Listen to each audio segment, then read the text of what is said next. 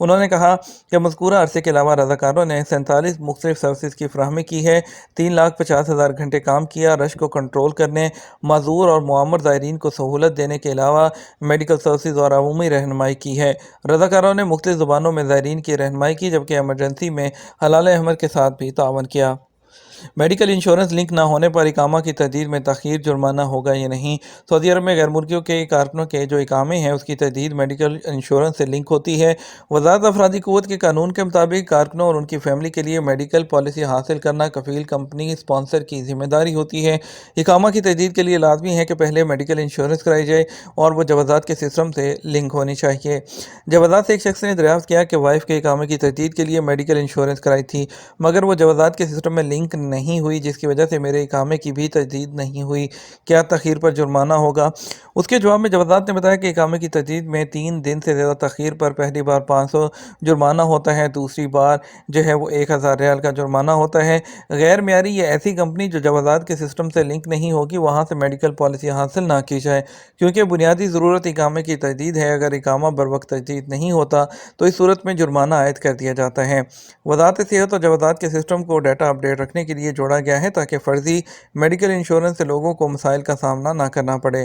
خیال رہے بعض لوگ معمولی رقم لے کر فرضی میڈیکل انشورنس کرانے کا دعویٰ کرتے ہیں جو غلط ہوتا ہے، اور جس کی وجہ سے ایسی انشورنس کرانے والوں کے اقامے کی تجدید ہی نہیں بلکہ بعد میں میڈیکل کی ضرورت پڑنے پر ان کو میڈیکل کی سہولت نہیں ملتی، جس سے بہت پرابلم کا سامنا کرنا پڑتا ہے۔ قانون کے مطابق غیر ملکی کارکن اور ان کی فیملیز کے لیے جو قانونی طور پر سعودی عرب میں مقیم ہیں میڈیکل انشورنس کرانا کفیل کی ذمہ داری ہوتی ہے۔ اقامے کی تجدید کو میڈیکل انشورنس پالیسی سے منسلک کرنے کا مقصد بھی یہی ہوتا ہے کہ اقامہ ہولڈر کو بروقت اور معیاری طبی سہولتوں کی فراہمی کو یقینی بنایا جا سکے۔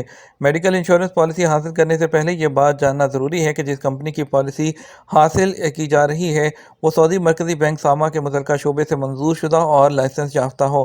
اس کے علاوہ اس بات کا بھی خیال رکھنا ضروری ہے کہ انشورنس کمپنی جوازات کے سسٹم سے لنک ہو تاکہ پالیسی خریدنے کے فوری بعد انشورنس کمپنی پالیسی کو جوازات کے سسٹم میں اپڈیٹ کر دے، جس کے بعد اقامے کی تجدید ہو سکتی ہے۔ انشورنس پالیسی حاصل نہ کرنے یا پالیسی کو جوازات کے سسٹم سے لنک نہ کرنے کی صورت میں اقامے کی تجدید میں مشکل پیش آتی ہے۔ ریاض سیزن جو ہے اس کے تحت روایتی ملبوسات کے لیے فیشن شو۔ ریاض سیزن کے تحت میں عرب ہوں کے زیر عنوان روایتی ملبوسات کا فیشن شو ہوگا۔ سبق ویب سائٹ کے مطابق فیشن شو میں جیولریز، پرفیوم اور خواتین کے بیگ کی بھی نمائش ہوگی۔ انتظامیہ کا کہنا ہے کہ فیشن شو میں عرب روایات کو جدید اور عصری اسلوب میں پیش کیا جائے گا۔ فیشن شو میں معروف فیشن کمپنیوں کے علاوہ عالمی ڈیزائنرز حصہ لیں گے، جبکہ مقامی کمپنیوں کو بھی شرکت کرنے کا موقع دیا گیا ہے۔ انتظامیہ نے کہا فیشن شو کے سلسلے میں سعودی عرب اور عرب ممالک کے ڈیزائنروں کو بھی متعارف کرایا جائے گا۔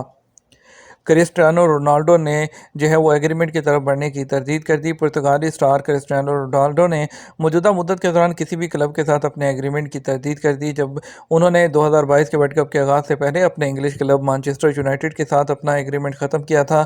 اور جو ہے پرتگالی جو قومی ٹیم کے کپتان ہیں انہوں نے ایک پریس کانفرنس میں ایک بیان میں کہا کہ اس وقت ان کی تمام توجہ جو ہے وہ صرف قطر میں ہونے والے ورلڈ کپ مقابلوں میں اپنے ملک کی مدد کرنے پر مرکوز ہے۔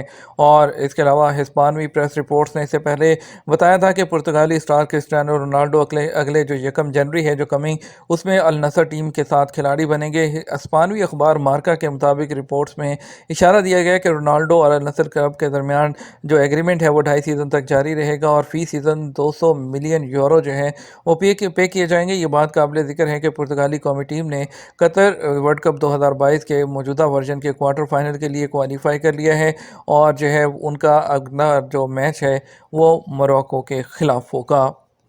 اتحاد ایئر ویز نے 2 عالمی ایوارڈ جیت لیے۔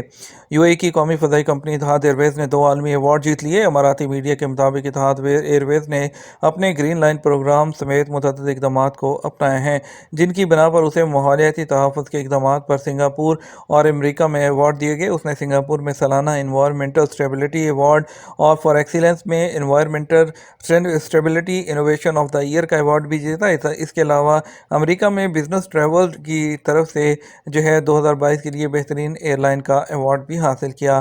اتحاد ایئرویز جو ہے ان کی اتحاد ایئرویز کی جو ہیڈ آف ہیں سسٹینیبلٹی اینڈ ایکسیلنس مریم القصیبی، انہوں نے کہا کہ جو ہے یہ ایویشن اور بزنس ٹریولر جو ہیں ان کی طرف سے یہ جو 2 ایوارڈز ہیں، جو 3 ایوارڈز ہیں، یہ بہت اہم ہیں، اور ان کا کہنا تھا کہ ہم 2050 تک کاربن اخراج کا ہدف حاصل کرنے کی حمایت کرتے ہیں۔ یہ تو ہمارا اب تک کا نیوز بلیٹن۔ مزید اور اہم خبروں کے لیے ہمارا شام 6 بجے کا نیوز بلیٹن دیکھ سکتے ہیں۔ اس کے ساتھ ہم آپ سے اجازت چاہیں گے، ویڈیو کو لائک اور شیئر کیجیے گا۔ آپ کے قیمتی وقت کا شکریہ۔ السلام علیکم۔